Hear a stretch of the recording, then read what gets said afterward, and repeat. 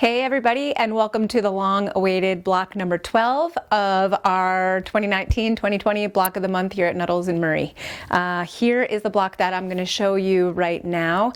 We're going to utilize the block lock triangle and a square template to create this unit here. So here's what my blue and white color combination block turned out to look like, and I will demonstrate for you now with the solid fabric. So let's get started.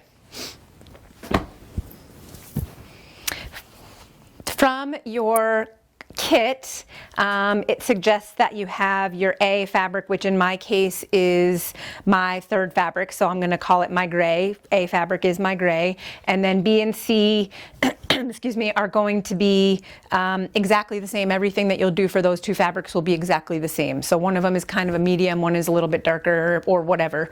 So here's one of those two fabrics, and I'll show you how to work that there. The first thing that we need to cut is, I'm going to start with my A fabric, and I'll talk about the tools that I'm going to utilize to create this block. Let's see if it shows up a little bit nicer on the dark color. So this will be the trimming tool that we'll use in a few minutes. This is the block lock triangle and a square trimming tool that we'll use, so we'll set that aside for now.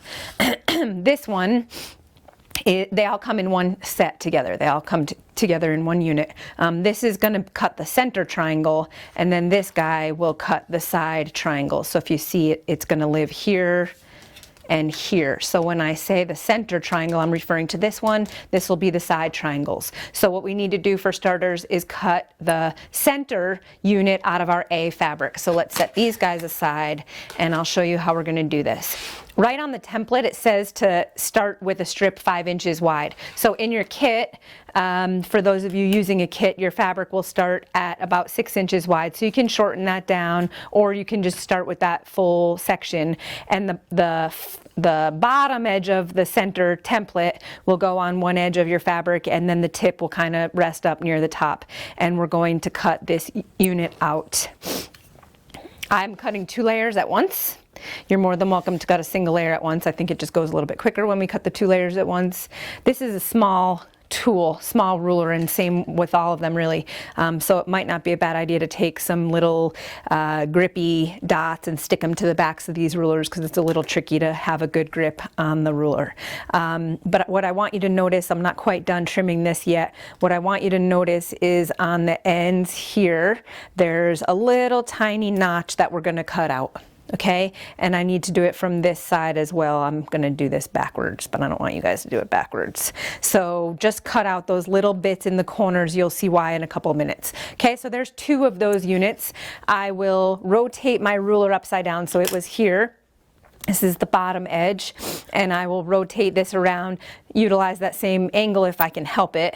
So you've got your angle there, and then now it's on the top edge. The straight edge is now on the top, and then cut the other side. So you'll yield 4 of those center triangle units. From the remainder of that strip, you need 2.5 inch wide, excuse me, 2.5 inch wide strips. From your A fabric, you'd probably be able to get away with just the 1 strip. You need about, let's see, 20 inches of the A fabric at that 2.5 inch wide. So I'm just cut myself a 2.5 inch wide strip. This is all going to be excess. Okay, let's move on now to cutting the B and the C fabrics. So for the A, we did the center template. I'm going to set that aside because I don't need that one anymore, and I will go to utilizing my side triangle template to cut the shapes that I need for my sewing. In the instructions, it tells you that you need 2 of each color combination.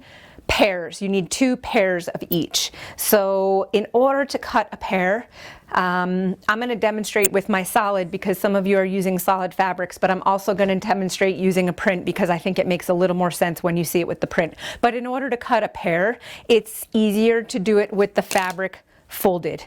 I don't care if it's folded right sides together, I don't care if it's folded wrong sides together, but I want it to be folded in half so that you're getting the fabrics kind of angled in different directions. So I'm going to just show you first with the with just my solid fabric, since that's what I'm using for my block today. And I'm just going to line the raw edge of my fabric up either on or near the edge of the fabric here. I'll just square off the edge a little bit.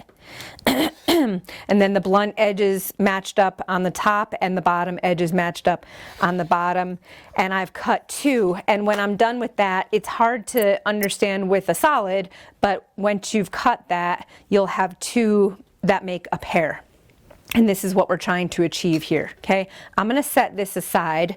Well, first of all, I'll show you, there was my first cut, and then I would just try to swing it around and again, reutilize that same angle to make my second cut. But it makes a little more sense when we do it with a print. So here's my printed fabric. It's about 6 inches wide directly from my kit.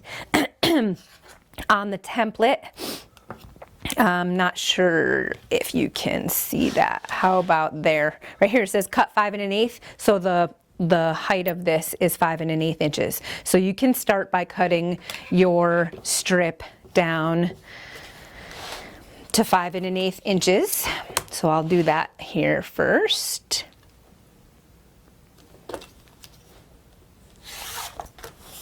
And then I'm cutting it while the fabric remains folded. Okay, so I'll just take the tool, slide it down near the edge, blunt edge on one side, the other, we'll say the top edge. There's one side, and then I'll swing this around and cut the angle from the other side. And what you'll see now more so than with the solid is that there's a pair. So they're different, right? They're not the same exact thing. One of them points one way and the other points the other way. This is what we need in order to make our block. If you cut them through a single layer of fabric, chances are really good that you'll get them all pointing the same way. And in order for it to lay out the way I'm showing you in the diagram, you need the pairs. Okay, so hopefully that makes sense. And now we are about ready to continue. So to get started with the stitching, again, you need 4 of the center unit, and then you need 2 pairs of each, the B and the C fabrics. That's for the triangle and the squares. For the 4 patches, which I'll go back to showing you in a moment, you will need that 2.5 inch wide strip of your A fabric and then 2.5 inch wide strips of the B and the C fabrics, the remainder that you have left from cutting your side triangles. So I'm going to get that one cut and then we'll get started with the stitching. So the remainder of the strip that you had from your kit or from your starting point is what you'll use for what we're going to do next. So we're going to take the A fabric and your B fabric, 2.5 inch wide strips, and we'll sew these two together, right sides together. I'm not going to worry too much about cleaning off the edge right now because we're going to be sub-cutting that later. So you'll use, again, A and B combination, A and C combination, and then a B and C combination, and you will just stitch with a 1/4 inch seam allowance along that longer edge.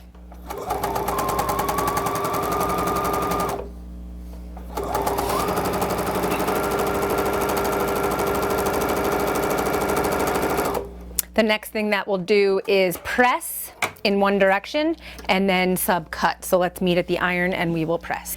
So as always, I like to set my seam closed just to kind of flatten everything out, especially with a longer strip. I like to just give a little tug to one end to get it nice and straight before I do my pressing. Then what I'll do is I'll just lift up a little bit on the top fabric and let the iron do the rest of the work. If I can keep that seam allowance pressing towards the direction that I've decided on in the beginning, it makes my job a lot easier. And then I'll take one last shot over the whole thing nice and straight to get a nice straight line. This avoids me having to go to the back of my fabric to repress. It avoids me having to make a lot of movement to my fabric to distort it, and it just gets it all nice and flat.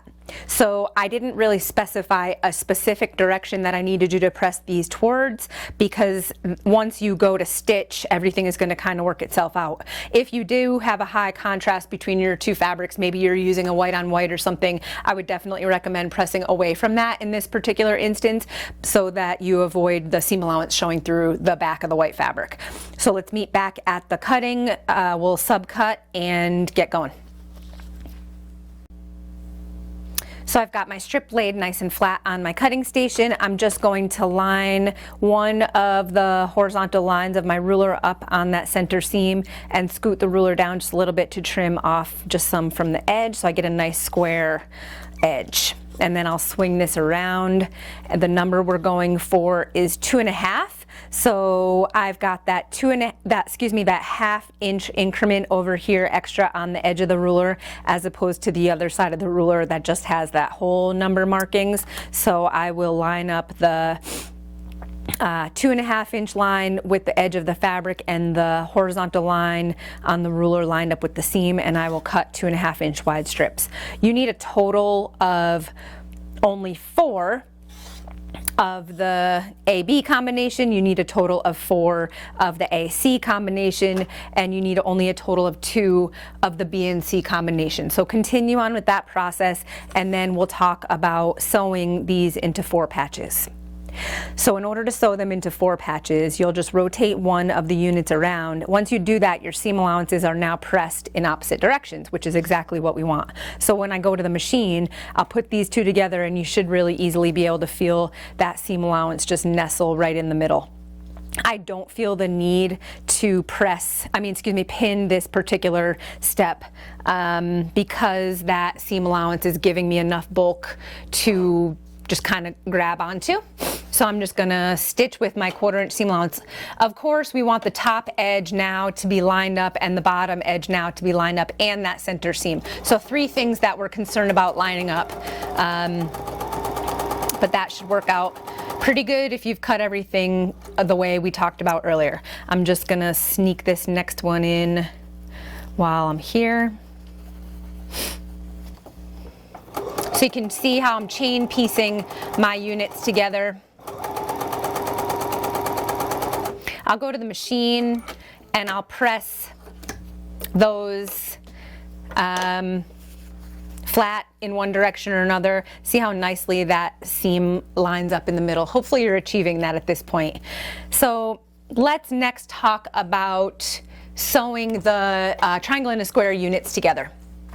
So the triangle and a square units, you'll have, as we talked about earlier, your A fabric center triangle, and then you'll have your B and your C fabrics, 2 pairs of each, okay?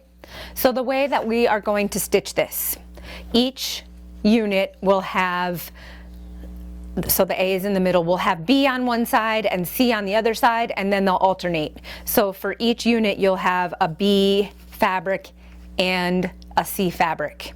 So some of them will look like this, 2 will look like that, and 2, will look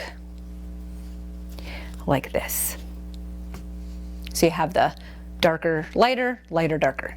Okay, that's what we're going for. So when you go to sew these, it's a little bit, it could feel a little bit weird when you go to sew this. When I sew it, I'm putting this guy right sides together here, and I'll tell you that that angle feels a little bit awkward, and I know from my own experience that what you're going to want to try to do is you're going to want to try to take this triangle and set it right on it like this, because that feels really kind of comfortable. That line lines up a little bit better, everything kind of feels comfortable. But if you stitch it like that, this is what you're going to end up with, and this is what you're going to end up with, and this is not the goal.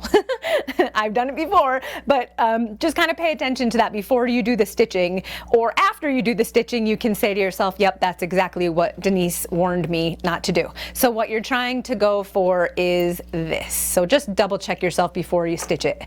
Another thing that I want to talk about here is the fact that all of this is stretchy.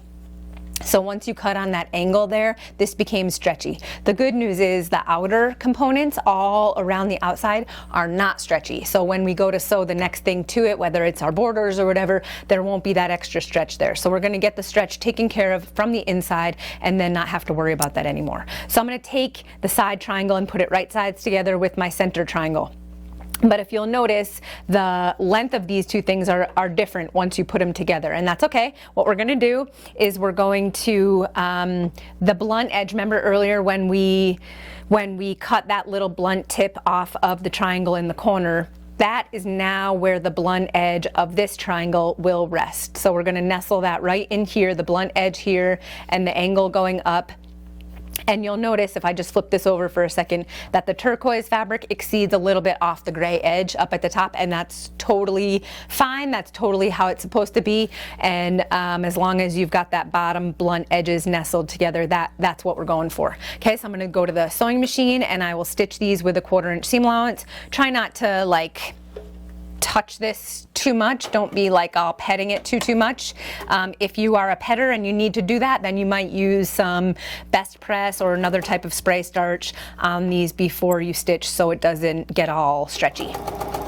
But it should be okay, and especially when we go to trim in a minute, it'll really just kind of eliminate all that, any shifting that may have happened. I'm going to do another one.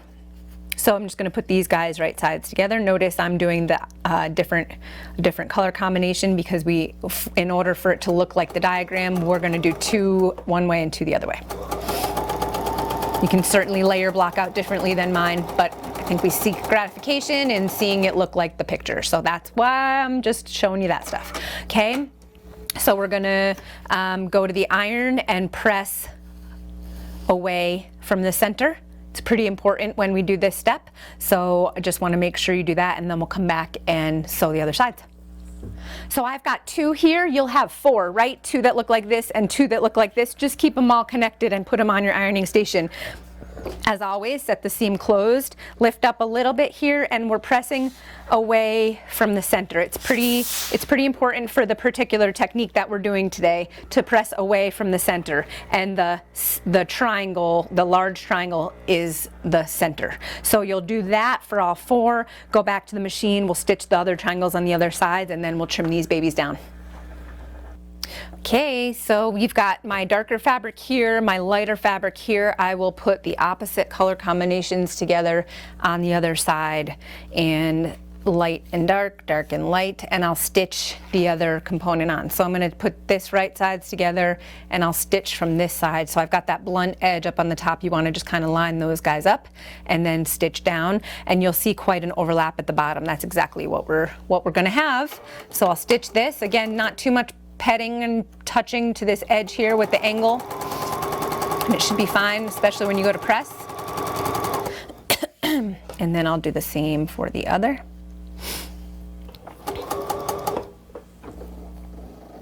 My little freehand system there to get the foot up a little bit.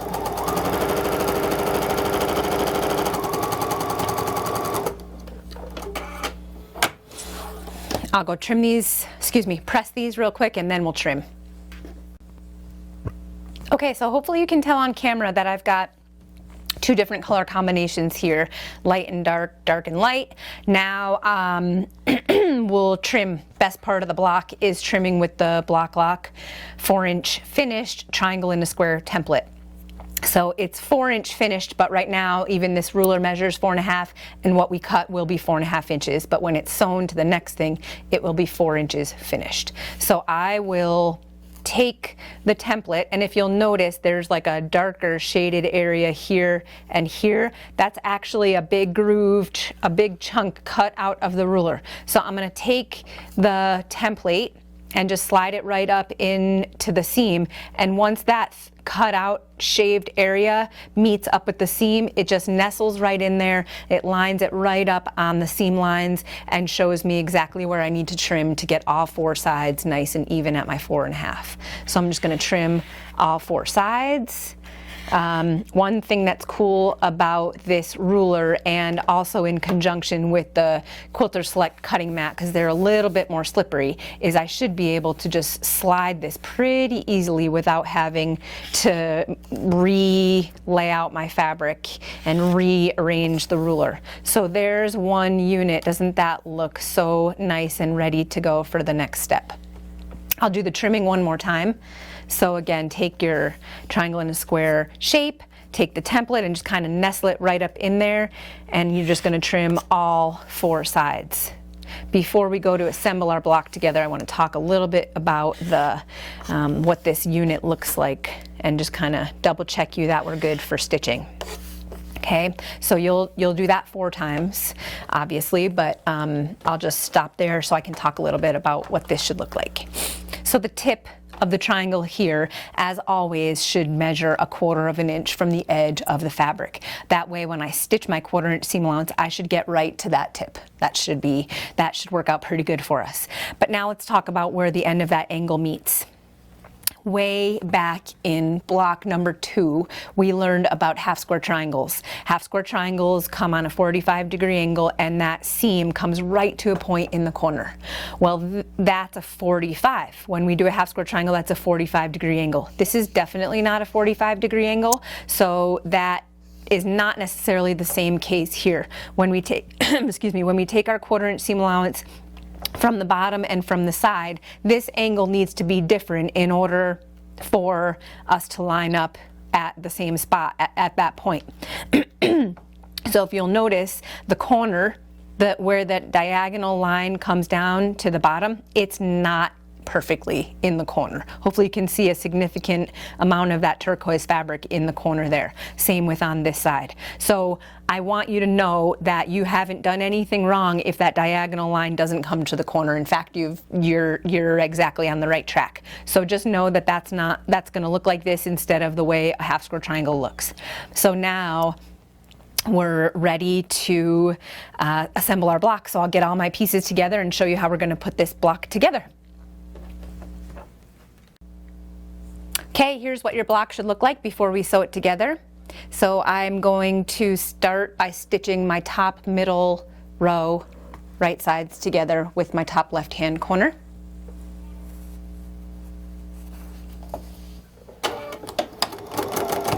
These should all measure the same 4.5 inches, so this should lay together really well. Once I'm done stitching this first unit, I'm just going to go back to my design area and take my center row and put it right sides together with the left hand row and just chain piece these together.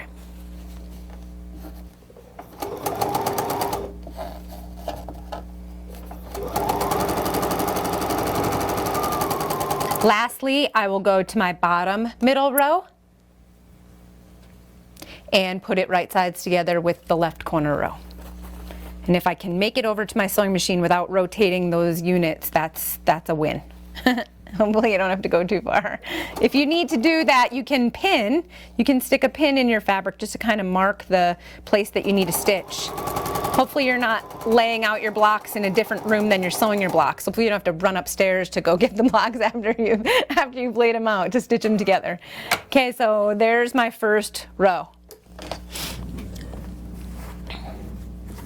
So those should still look the same as they did before. I will press these. I'll press these rows in opposite directions from each other, and then I'll take top right hand and stitch it to here. Okay? While you're at it, since I really don't want you to snip these apart, we can do this one of two ways. I can either take these guys and put them over in my lap and just have them ready to go for when I get to that point, or what we can do too, and I'll just show you marking with a pin since I have some pins handy. We'll just stick a pin in there. I obviously haven't laid it out perfectly. It's really just a marker for me right now to say, okay, this is where you're going to stitch these together. And when I actually get to sewing it is when I'll kind of fine tune the positioning. Okay, so now I can take this whole thing over to my machine and it'll all stay well lined up. So same stitching as before. I'm just gonna start up at the top.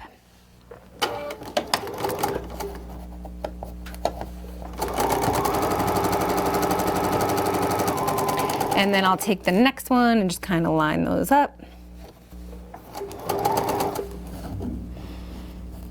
So this is a pretty awesome thing to see right here. You've got a seam coming here and a seam coming here. They make a little X, so to speak. Well, the X represents where the tip of that triangle is. So if the goal is really to get that point to line up perfectly, then make sure your seam intersects through that spot. And it should be exactly 1/4 of an inch. Sometimes you may have to take a teeny tiny bit more than 1/4 of an inch seam in order for it to nail that spot. But just kind of watch your eye at that X and make sure that you get it to hit that point. so that it looks the way we are trying to get it to look from the front, with that point right at the tip. Nobody's going to see how big of a seam allowance you had to take on the back. If it happens to have to be a tiny bit bigger or a tiny bit smaller than 1/4 of an inch, nobody's going to know that, but they're going to know that you've hit that point perfectly on the front. That's awesome. Okay, so everything is connected. All I need to do, I really definitely recommend that you press. If you haven't done so already, press at this point, because these will stitch together a lot nicer if they're nice and crisp seams. So I'm going to run and press, and I'll be right back. Okay, so they lay a lot flatter once they've been pressed, and I think this makes it a lot easier to stitch together. Don't unsnip, don't undo these, don't take these apart now, because they're already laid out the way we need them to be. So I'll just take one row, put it right sides together and stitch, and then I'll do the same with the other row and stitch. This can probably be time-lapsed.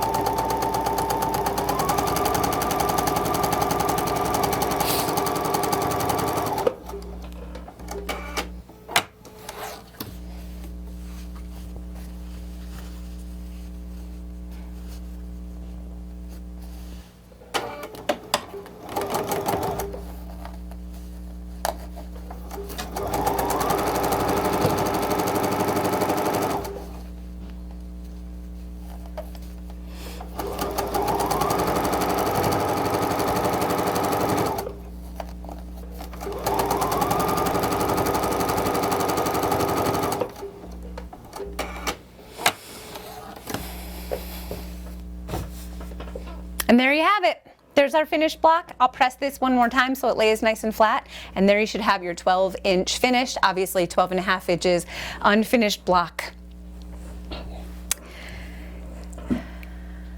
Okay, you guys, that concludes our time together for the 2019-2020 block of the month. We will start a brand new quilt again in September. The dates are the 18th and the 19th of September. Friday night, 6 p.m. September 18th, Saturday morning, we're gonna do 9 a.m. in Murray. We had done 8 a.m. in the past, but we're gonna play with the 9 a.m. time for a little while and see how that works out. I hope to see you there. I will be announcing our color combination choices to you soon, and I hope you enjoyed your year, and thank you so much for joining me in this unique opportunity that we've had together. Thanks, and I look forward to seeing you guys soon.